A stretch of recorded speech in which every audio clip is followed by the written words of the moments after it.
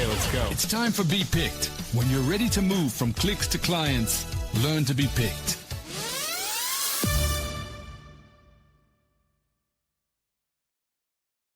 Welcome to Be Picked, the podcast for small professional service providers who are looking to build and grow their practices. There's a lot of things these days you need to do and a lot of things you need to know about, and we bring you the guests and experts who can tell you the benefits of their knowledge and experience. Today, we have Tom Malesic. He is founder of Easy Marketing and author of the book, They're Looking for You. Tom, welcome to the show. Yeah, thanks for having me, Andrew. We love talking with people like yourself who are in the trenches doing the work and know, all the pitfalls to avoid and the good things to go after. So let me start us off with this. Imagine you are talking to a group of small professional service providers. We've got lawyers, doctors, dentists, realtors, insurance folks, anyone who does a professional service.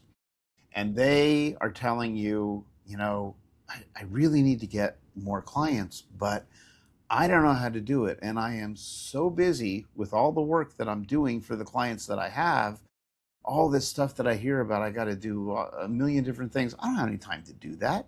Right. So what do I do? Where do I start? What should I be thinking about? Give me a roadmap.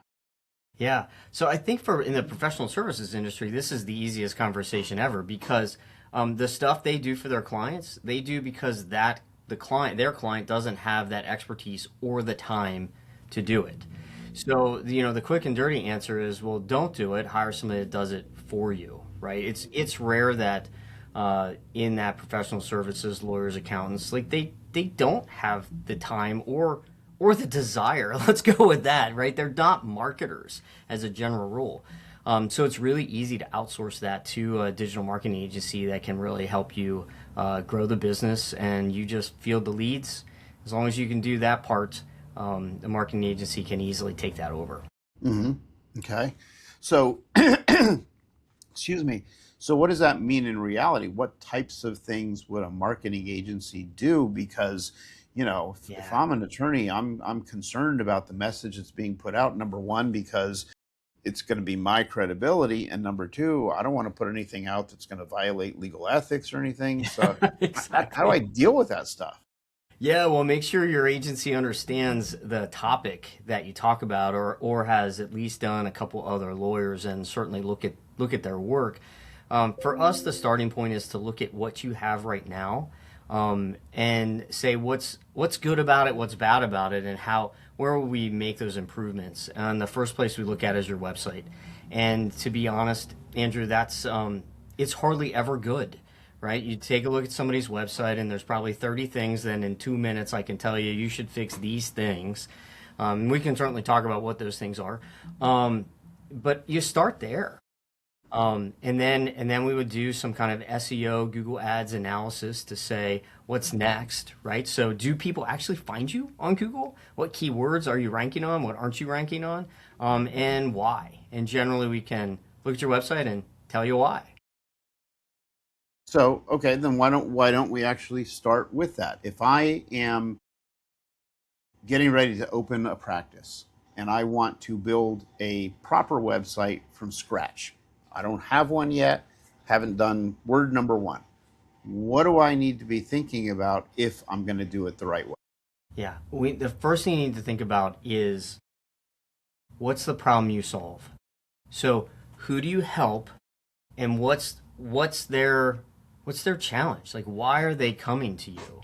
And we always start there, because if you read most law firms, oh gosh, their website's horrible, right? It starts with, we here at Malesic, Smith, and Asbury,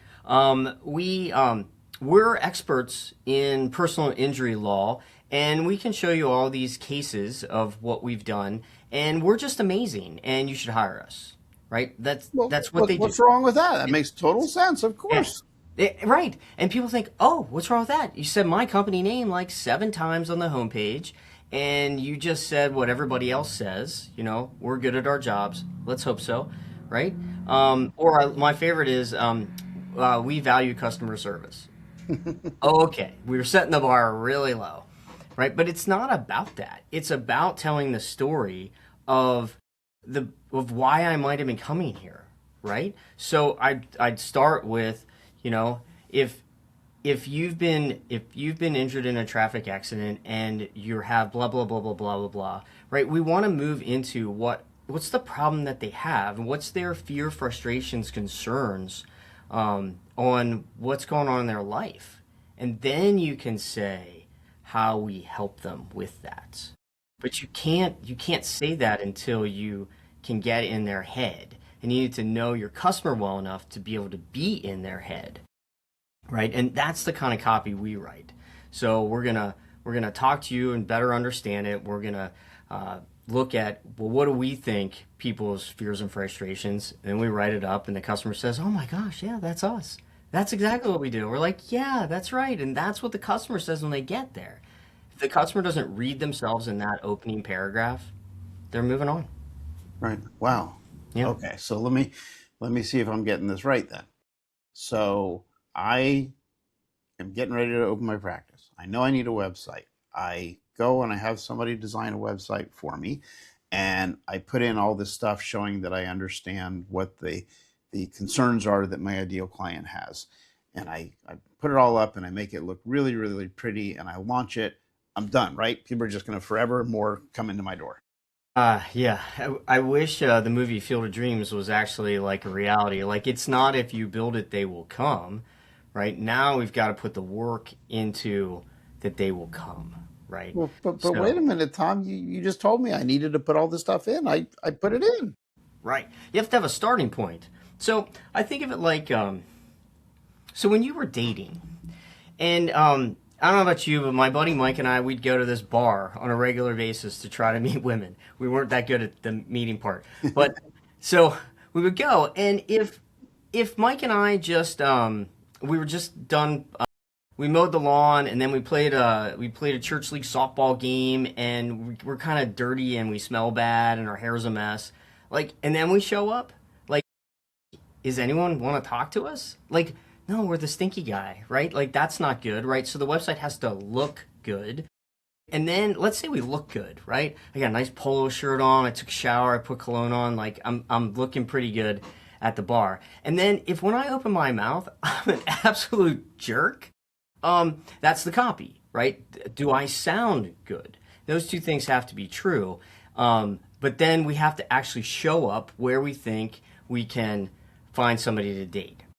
Right, so that's the Google piece of it, right? I got to show up on Google and I have to be at the top of that list. So whether I pay to be the top, or I pay in the map pack, or I'm good at ranking naturally in the map pack, or I'm right below it, right? Those are our options. Now we've got ChatGPT and all the other AI models that we need to show up into. But Hmm. those are our easiest ways because that's where people are actively looking for us compared to everything else is we're looking for them, right? If I run a Facebook ad, I run a LinkedIn ad, I do email marketing. Everything else is I'm actively looking for my customer versus the customer's looking for me. So these small businesses, they don't have a lot of cash, right? Right. So you got to do the stuff that has the quickest ROI for the least amount of money, which is all the they're looking for you stuff, right? Right. So So that's where I start every time. okay. So let me try this again. I build a website. I make it look professional. I address the type of client that I have and that I expect. I understand I got to show up on Google. Lucky for me, somehow or other, I got on this email distribution list and I got hundreds of people emailing me how they're going to give me first page ranking SEO on Google. Yeah, Just give them some money and magically I'm going to be there. So right. I'm supposed to hire one of these people, magically show up on Google, and then I'm set, right? Then you got to field the leads. You got to track, measure, and field the leads, right? So now there's more work for me.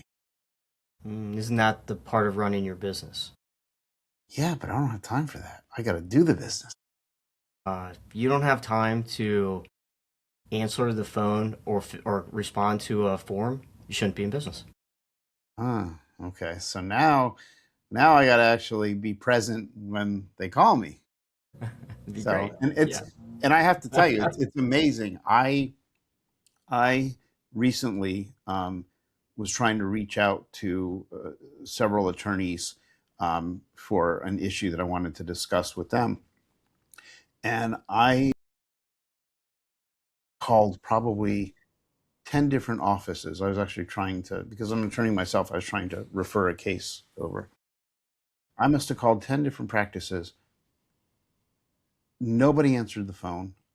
If the phone got answered, it was from a phone operator system who knew nothing about anything.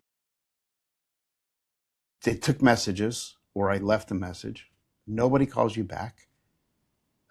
It's amazing to me. It is. So it makes it so much easier for people who can run a good, clean business when the bar is so low, right? Yeah, right. Like, hey, that's attorneys. Try to go buy a fence. Like no one's calling you back, right? So if you can get your client to do foundational fundamentals of what a good business is, even better. So I didn't tell you this at the beginning. I'm also a certified EOS implementer. So EOS is the entrepreneurial operating system. It's based on the book Traction by Gino Wickman. And it's all about how do you run a better business, right? So, one of the components of a good business is you have a good sales and marketing area of your business, right? Every business has to have sales and marketing. Every business has to have operations, which is what you're talking about now, right? How do you answer the phone, right? Right. How do you do good at your job? How are you a good attorney, right? That's the I'm good at the work. And you have to be able to bill and collect money, right? That's finance. And then if it's beyond just you as a solopreneur, right? Now you have to have some kind of HR, right? How do we manage people? How do we hire people, right? Those are the big pillars of running a good business. Right. Look, being a small business owner is hard because you have to be good at more than the skill set that you're good at. You could be a great attorney, doesn't make you a great business owner. Maybe you should go work for someone else. Right. But Right. being a business owner is something completely different. You got to be better than just the job, right? I started as a web developer, right? I rapidly figured out that I couldn't build websites and sell websites at the same time and invoice for websites. So I hired employee number one. His name was Fred. Fred and I shared a desk and a computer because I was too poor in 1997 that I couldn't buy him a computer, right? So I was out selling. Fred was sitting at my desk programming. It just grows, it grows from there. Now we have 25 employees all across the country working for us. And, I'm not the doer of the work. So that small business you have to transition from being the doer of the work to being the leader of the company. Doesn't mean you still don't understand law and you still don't understand customer service. You just got to understand it all. So Right. that you can be the person that runs the show. Or you can pay somebody to run the show and you can just be the person that's out there thinking of new cool ideas, right? Right. Right. Well, but practical boots on the ground. I am starting my business. I realize now that I need to be doing these things. I also realize I don't have the time or the knowledge to do them correctly. I could drop everything and go take a course in LinkedIn and take a course in YouTube and take a course in all these things. Of course, by the time I learn that, it's all changed again because it changes so quickly. Yeah. So I make a decision. I say, you know what? I heard this guy Tom from Easy Marketing talking. It seems like he does this type of stuff. Let me give him a call. Let me hire him. So I call you up. You answer the phone, of course, and I hire you. Yep. Now, then I'm saying, okay, so I get a plan from you as to what you're going to do for me and what it's going to cost. And now, how does that work? In other words, what are you going to do for me? And how do I know if you're putting something out there on LinkedIn or you're putting something out, how do I know that it's me, like that I can trust it, that I can be comfortable with it? Yeah. So then it comes down to tracking. So we have a dashboard that we give every client that tracks every phone call that comes in and every form fill that comes in so that you can go back and look at all the data, make sure you didn't miss anything, and then we give you a dedicated marketing consultant that reviews that with you and talks about the results, right? Because marketing is only as good as the leads that it's generating. So everything can look amazing. Hey, I'm happy with the blogs you're doing. I love this, I love that. But if it doesn't turn into a result, then it's not good marketing. So So from your side now, I want to kind of get a look at how the sausage is made for a second. So you get me as a client, and I am a trying to think of a professional service provider. I how about I'm a real estate agent, and I'm trying to attract clients. And I know that I want to give them information that is going to be helpful, like how far in advance should I plan to get a storage facility if I move out of my house and I don't have a new place yet, or any of the common questions people may have. Um, where do you get the ideas from, or do I have to give them to you? And where do you get the content from to address those things, or do I have to give it to you? Like how involved do I yeah. need to be? Every agency works very differently. We don't want you to do anything. So we might come up with a list of these common questions.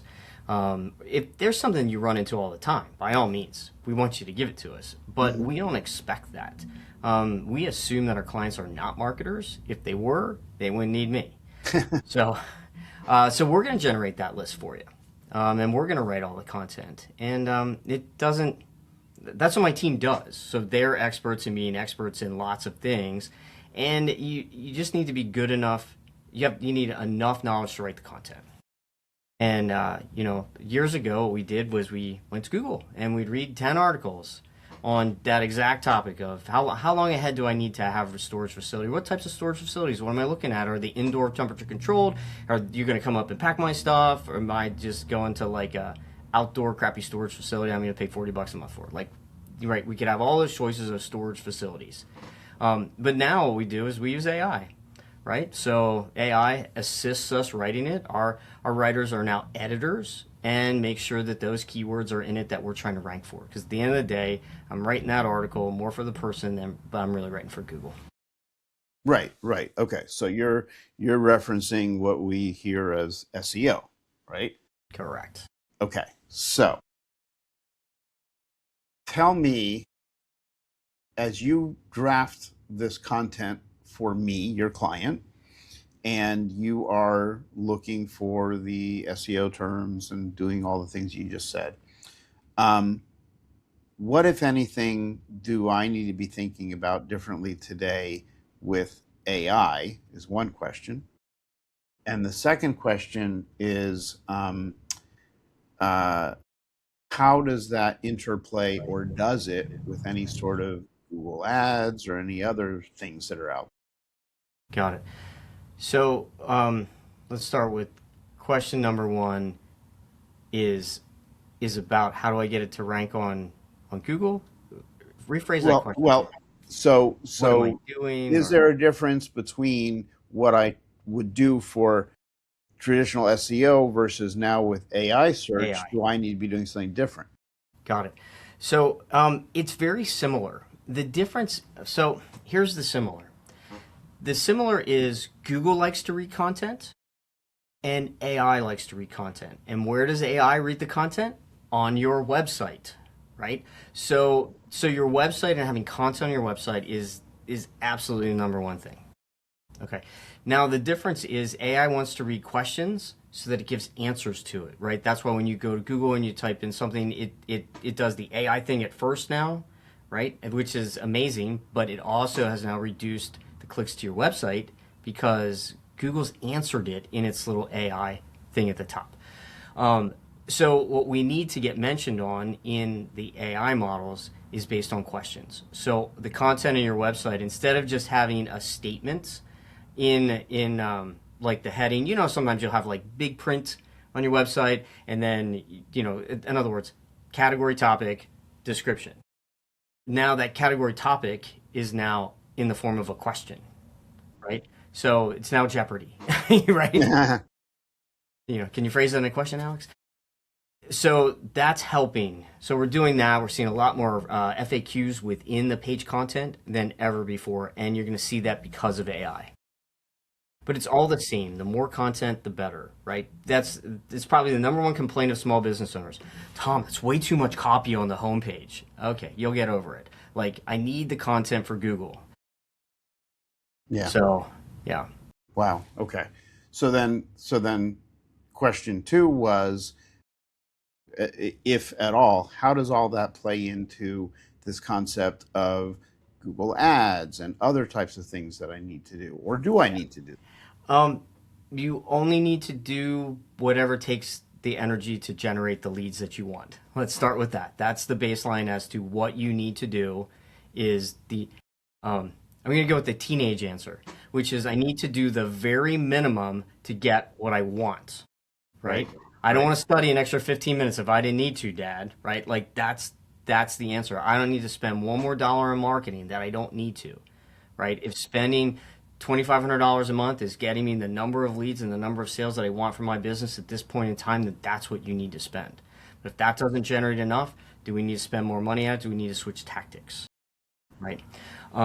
So Google Ads doesn't have the direct correlation to natural rankings or AI. Like that's not a factor. But all the other content that you produce on social media does, right? Because again, AI is reading stuff about you. Right. Okay. Me being on this podcast helps my AI, right? Because it's gonna see the YouTube video, it's gonna see both of our social posts, and it's gonna say, "Oh, Tom's an expert in marketing, in websites, in SEO," and that's a benefit to me and to you from an AI ranking, which is why people do podcasts. It's why people write blogs. It's why people submit answers to articles, right? All those things add to your credibility and position you as the authority, right? Which is in the professional services world is what we're trying to do. We're trying to position Andrew as the authority on this specific topic. Right. And the more we do around that, heck, let's do AI cloned videos, right? I mean, I think you do that, right? Like we have other versions of Andrew that aren't Andrew, and we type and make Andrew say whatever we want, and now we have all these video content. It's amazing, right? We're doing it for accountants. Like, it's brilliant. Like, right? Because accountants, they don't want to be in front of the camera. They're accountants, right? Right. Every now and then you'll get a charismatic accountant, but for the most part, they don't pick the people. They're picking a data profession for a reason. That's what the stuff they like. Right. Yeah. It's how many times have we said, and have we heard other people say, if I could only clone myself, I could get so much more done. And now here we are in 2026. Basically, yeah, you can clone yourself, and you can get more done. That's right. Yeah. Right. So, well, now every person has their own personal assistant. It's called ChatGPT, right? Like that's your new personal assistant. And if you want to do video production, you never need to be in a production studio again. We can just get video that you shoot for 5 minutes off your iPhone, and I use that as a base video, and I create endless videos of you in different clothes, different positions, different in a boardroom, not in a boardroom, sitting on a couch. Like, I don't care. I put you anywhere I want you to be. Right? Make you say whatever I want. It sounds like you. It looks like you. And in today, it's really good. 2 years ago, it looked like you. It sounded like you, but your mouth didn't always sync up, and you didn't move right. But now, it's amazing. Yeah. So, and this gets into really the heart of even why this podcast is called Be Picked, because it's so important that people understand that there's 2 things at play here. Number one, you got to be found. So people have to find your website. They have to find your content. They have to find that you exist when they're looking for that type of a solution to whatever their problem may be. But just because they find you, they're also going to find 100 other people that do what you do. So how do you move from being someone who was found to being someone who was picked? What are the most important strategies that you use? It's a lot of credibility building. So I loved your concept in the video on I think it was on your homepage, that says they want to feel safe, right? And that is it. They want to feel taken care of, which is safe. So anything you can do to add to that position, the better, right? Video to me is the number one way to do that. So in other words, if I can watch you on the screen, then I start to get like, who's your personality? Am I going to mesh with you? Is this going to be a good fit for me? Do I feel safe? And then when you show up for that first meeting, this first sales meeting, essentially, here's what they say to me. Tom, I feel like I've known you for years. Why is that? Oh, I watch your videos. Like, I feel like I know you. So step number one is to get them to feel like they know you. And video is the only way to really do that. You could do testimonials, which helps with credibility. You can do, Google reviews, right? We don't want to hire a lawyer that has a 2.5 rating on Google, right? It better be 4.8 or better. I don't want it to be 5 because that looks fake. You had to make somebody mad at some point in time. So yeah, it's getting that credibility and getting that comfort and getting that messaging that makes them feel like you're gonna take care of them. Right. And it's funny, and in if I'm speaking live to an audience, I can go on my computer live and just pull up a bunch of stuff so they can see. I'm not making this stuff up. We're doing it live in front of you. Here's something I did that I really find to be very. When I'm talking to people and I say, create a YouTube channel and start putting out content that addresses the problems that people are trying to get solved and showing that you can help them to solve those problems, which brings them to that comfort that they're seeking. But I say, you'd be surprised, people think, oh, there's already so many people out there doing this. So especially professional service providers, you typically serve people in a certain geographic range.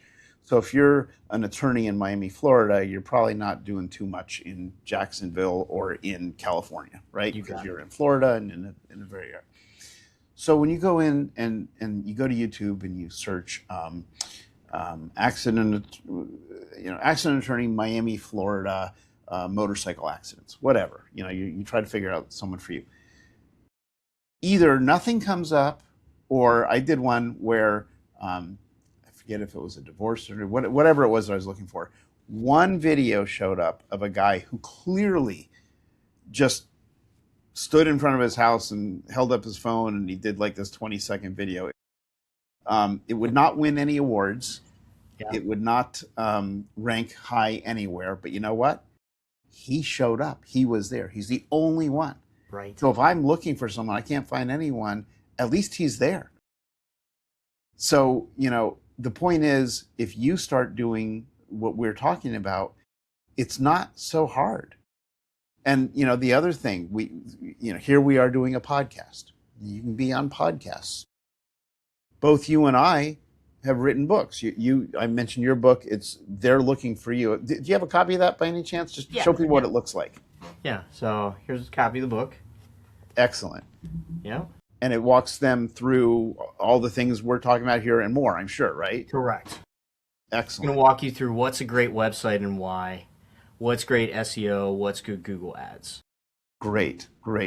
And then, because it's a perfect opportunity for me to shamelessly plug my new book.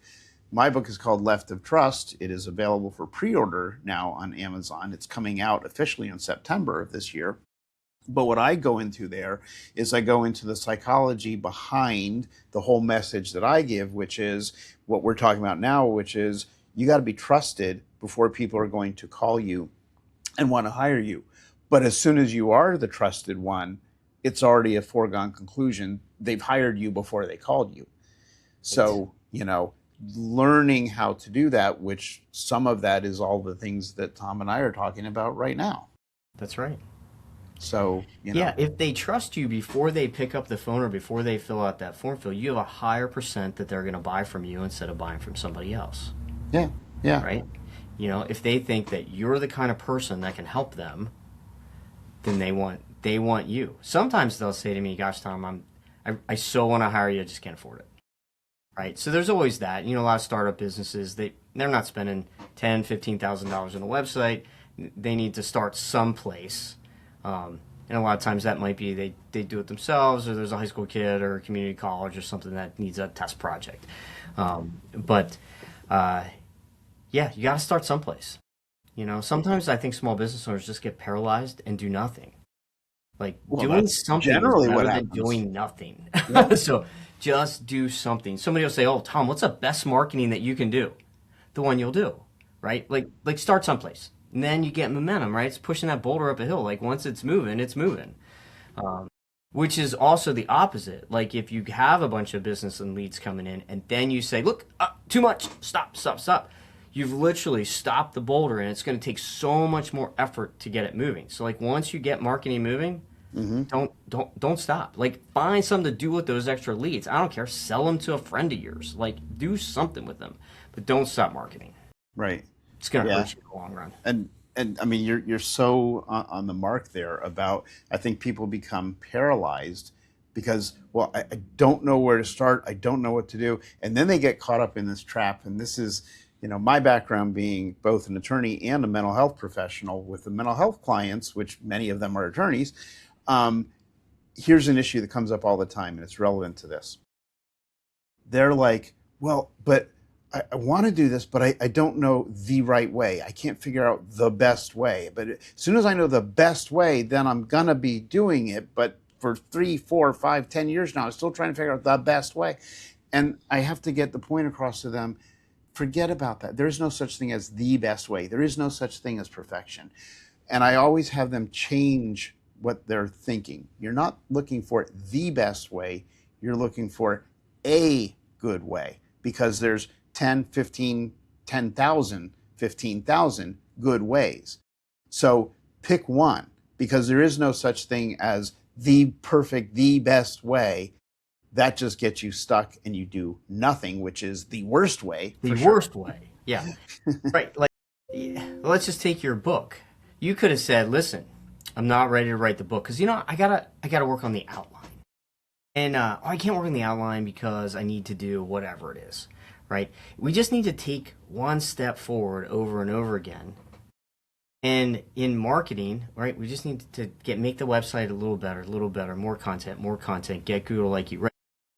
It's a journey, not a destination, and there's never perfection. Never. Which is the greatest thing about marketing. It is always an experiment, because what worked last year on Google, it doesn't work this year on Google. So there's no perfection ever. But we used to have we used to do like those little slider picture shows right on the hero image up, on the homepage. We don't do that anymore, right? No one waits. We used to think, oh, people watch it. And I think people probably did watch it before. But now we're exponentially more impatient than we were 5 years ago. We're not watching it. Right. So stop doing that. Yeah. No, you're absolutely right. It's but the one thing, with all the technology changes, with all the updates to the Google algorithm, with all the changes that AI is making, there is one thing that stays constant. And this is what I talk about in my book. The one thing that stays constant is, if you're a professional service provider, clients come to you because they have a problem that is causing them some sort of pain. Could be a pain in the wallet, could be a pain in their tooth. But they have some sort of pain, and they are coming to you because they want to achieve comfort. Period. That is the root of every single interaction with any sort of, professional service provider. And if you want to argue with me about that, if you're a listener, you want to argue, come on the show. Let's argue about it. You will lose. You're gonna lose. Will lose. So here's the thing. This always blows my mind. Is people think marketing has really changed and evolved. It hasn't. What you just said is true today, was true 5 years ago, 10 years ago, and 200 years ago. It's always the same. It's a business solves a problem for the person. And the better you can articulate the problem that they have and make them feel that comfortable, like you're going to be the one to help them, that's the person who gets the business. Right? And you have to be out there with your message promoting it, right? No one wants to be the best kept secret. Right. That just means you suck at marketing. Like, that's what the definition of the best kept secret is. Let's not do that. Be better at marketing. Be willing to put yourself out there. Yep. right? I think it's easier today. I mean, there's more noise, but it's easier than ever to have a website and to rank on Google. Yeah. It just is. Anyone out there that has a successful YouTube channel, a successful website, a successful business, they all started at some point from zero. Mm-hmm. Every one of them. Yeah. So something made them get to where they are. Probably part of their formula, no, I'm sorry, guaranteed part of their formula was persistence and doing it. Yes. Not thinking about it. Yes. Yeah, you just have to do it, right? Nike has the answer. Just do it. There you go. You know, good old Phil Knight. Like, if you do nothing, you get nothing, right? Yes, exactly. Exactly. So unfortunately, I hate to say it, but we are out of time. So let me ask you, number one, can you share with the audience if they wanted to get your book, if they want to get in touch with you, how do they find you? Let's start with that, and then I have a follow-up question. Okay.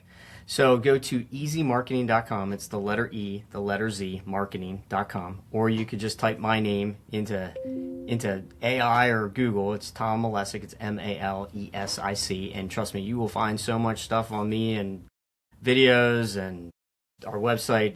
So that's how you can reach me. You can just type it in Amazon, buy my book right there. It's available on Spotify. Great. Okay. And I'm super easy to find. There is only one other Tom Malesic, and you won't be confused by what you find, me or him. So great. And my final question for you, and no pressure, but you're on video. This will be on YouTube. It will be forever out there. What is the number one best words of wisdom that Tom Malesic has for a small professional service provider who wants to get started? Yeah, never stop marketing. Just continue to market. You know, one step at a time is really how it works. You have to start someplace. So just get started and stay with it. Don't quit. All right. So it's that persistency thing that you talked about. Yep. Yeah. Well, thank you so much, Tom, for joining us and sharing all this wisdom with our audience. I encourage you all to check out Tom's website, check out his book. This is what he spends his time doing. This is what I spend my time doing.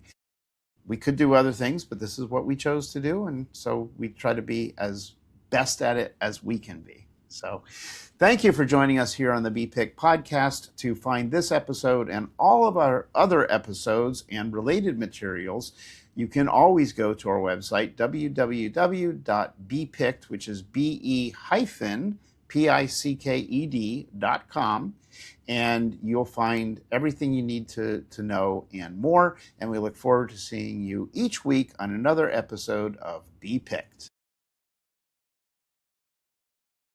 If you are enjoying this content, please like and subscribe. Thank you.